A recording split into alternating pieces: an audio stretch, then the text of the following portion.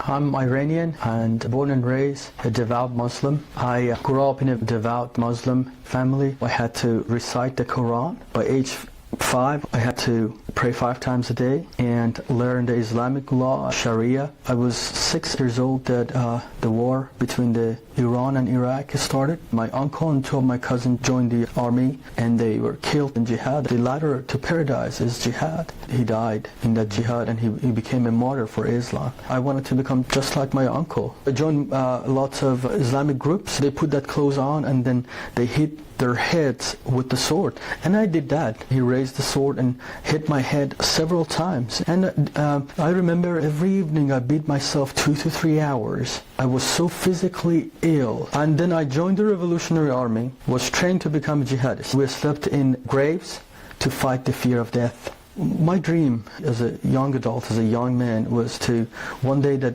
my country gets the chance to war against the enemies of Islam. First Israel, second America.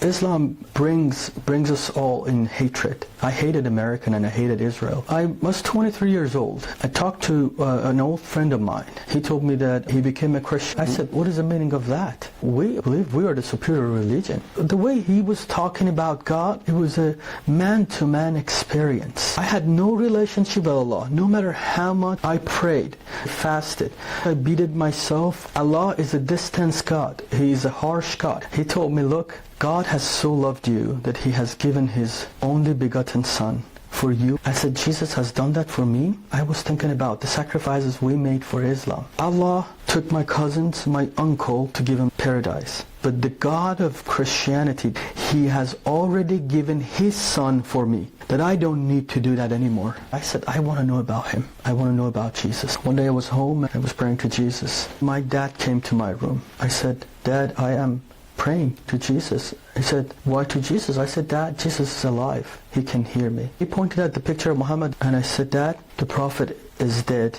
He cannot hear me. The color of his eyes changed.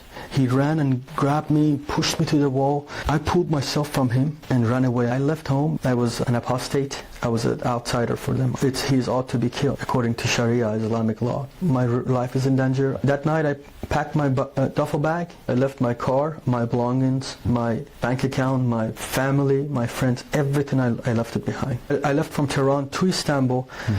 I really thought I'm not going to make it, but thank God I made it through.